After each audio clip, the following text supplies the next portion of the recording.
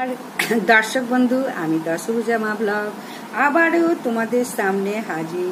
আশা করছি তোমরা প্রত্যেকে ভালো আছো, সুখে আছো, শান্তিতে আছো। তোমাদের সুখ, শান্তি, সমৃদ্ধি কামনা করে আমি আমার ব্লগটা শুরু করছি। আজকে টপিকটা শুনলে প্রত্যেকেই ভালো লাগবে। চারিদিকে সবুজ সবুজ সবুজ, এই সবুজ সম্বন্ধে বলবো। শ্রাবণ মাস তো শুরু হয়ে গেছে। অনেকেই বলছো যে সবুজ চুড়ি কি সবাই তো পড়ছে, আমরা কি পড়তে পারি? তাহলে এই ভিডিওর মাধ্যমে আমি সবাইকে বলে দিয়েছি যে ফোনে বলবো না, ভিডিওতে বলবো। এই শ্রাবণ মাস, বর্ষাকাল, প্রকৃতি মায়ের বুকে সবুজ ফসল তো ফলে ওঠে, গাছপালা সবুজ হয়ে ওঠে, চারিদিকে সবুজে সবুজ। সবুজ খুবই শুভ। এর অর্থ কিন্তু এইটা নয় যে বাঙালি বউরা, মেয়েরা, আমরা যারা বাঙালি, আমরা যারা সনাতন ধর্মে বিশ্বাস করি, সবুজ চুড়ি পরলে কোনো লাভ হবে না। এটা হচ্ছে অবাঙালিদের কালচার। এরা সাধারণত মঙ্গলসূত্র পরে এবং হাতে চুড়ি পরে থাকে।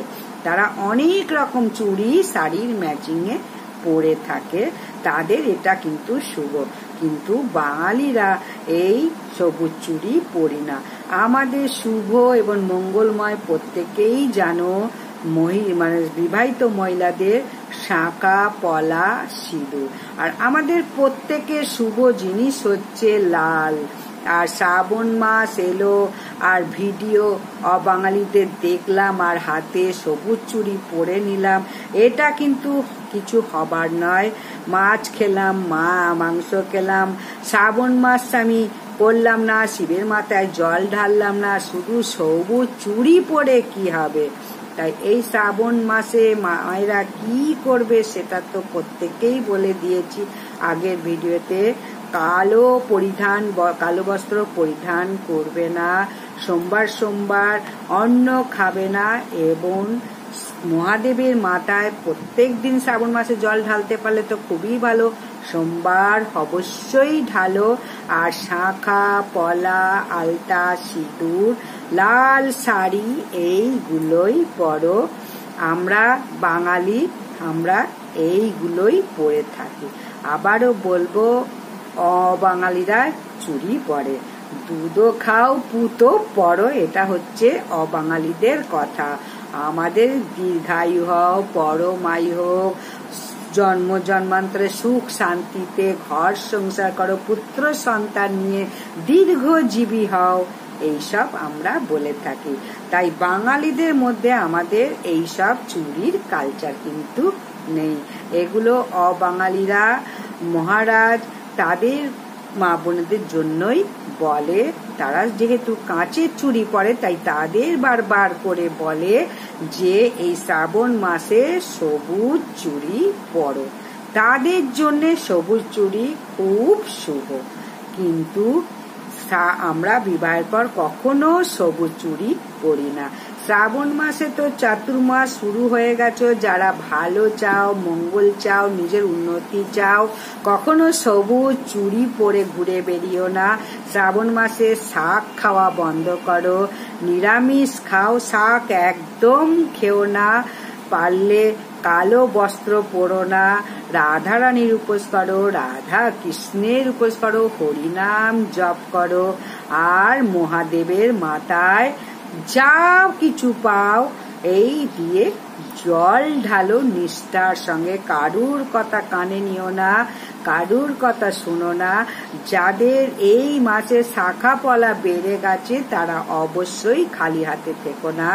শাখা এবং লোহা লাল পলা অবশ্যই আবার পরিধান করো, এবং বেড়ে গেলে সেই শাখা পলা তুলসী মাতার কাছে মাটিতে পুঁতে দাও।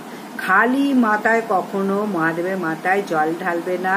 সিঁথিতে সিঁদুর পরবে, শাঁখা পলা পরে মহাদেবের মাথায় জল ঢালো। কোনো সবুজ চুড়ি পরে কিন্তু কোনো লাভ হবে না। তাহলে সবুজ চুড়ি সম্বন্ধে আবারও বলে দিলাম, খুব সতর্ক, সাবধান। এটা সম্পূর্ণ বাঙালিদের শুভ সবুজ চুড়ি এবং মঙ্গল সূত্র। বাঙালিদের লাল পলা শাখা, আলতা, সিঁদুর, লাল শাড়ি, এটাই শুভ। মাথায় রাখো এবং এটাই করো এবং নিয়মটা মানো। দেখো, সবুজ চুড়ি সম্বন্ধে সমস্তটা জানতে পারলে তাহলে প্রত্যেকের কাছে আমি আবারও বলবো, যদি ভিডিওটা ভালো লাগে একটা লাইক করে দাও, আর যদি কিছু জানার থাকে সাবস্ক্রাইব করো, আর প্রত্যেককে বেশি বেশি করে বন্ধু বান্ধবদের কাছে শেয়ার করে দাও। এই সবুজ চুড়ি সম্বন্ধে অনেকেই কি করছে, সদবা হয়ে সবুজ চুড়ি পরে মহাদেবের কাছে যাচ্ছে। এটাতে কি হচ্ছে, মহাদেবের কাছে আশীর্বাদ পাওয়ার জায়গায় অভিশাপই কুড়িয়ে আনছে। কখনো সবুজ চুড়ি পরে বাঙালিরা মহাদেবের মাথায় জল অর্পণ করতে যেও না। খুব সাবধান, বারবার সাবধান করে দিচ্ছি প্রত্যেককে। ভিডিওটা দেখো এবং জিনিসটা মাথায় রাখো, কোনটা কাদের জন্য শুভ সেটাকেও জানতে হবে, শাস্ত্র মানতে হবে, শাস্ত্র জেনে সমস্ত কিছু করতে হবে। তা না হলে গৃহে ঘোর অমঙ্গল নেমে আসতে পারে।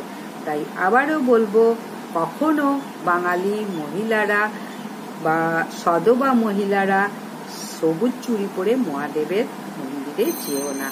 যারা অবিবাহিত মহিলা তারা তো অনেকেই যায় সবুজ চুড়ি পরে, তারা যেতে পারে, তাদের তো এখনো লাল পরা মানে নিয়ম নেই, তাই তারা কিন্তু সবুজ চুড়ি পরে যেতে পারে, তাতে মহাদেব আশীর্বাদ করবে।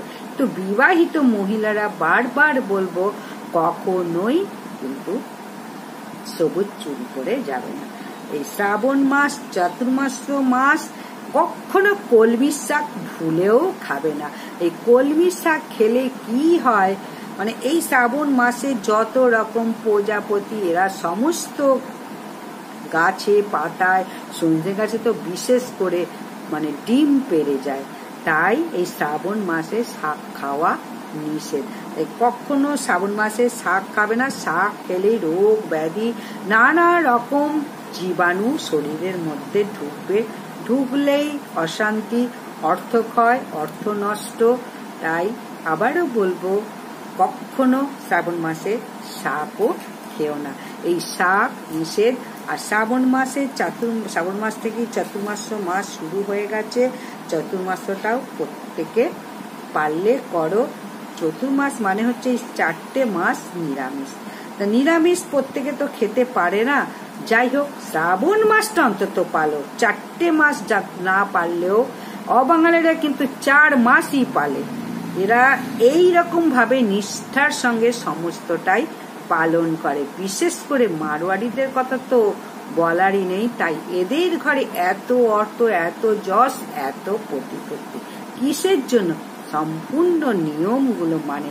বাঙালিরা কিচ্ছু নিয়ম মানে না, যারা মানে তাদের অর্থ, প্রতিপত্তি সমস্ত কিছুই রয়েছে। তাহলে আবারও বলবো, এখানেই শেষ করছি। আশা করছি প্রত্যেকের ভিডিওটা ভালো লেগেছে এবং প্রশ্নের উত্তর পেয়ে গেছো। তাহলে প্রত্যেকে সুখে থাকো, শান্তি থাকো, প্রত্যেকের সুখ শান্তি কামনা করে আমি আমার ব্লগটা শেষ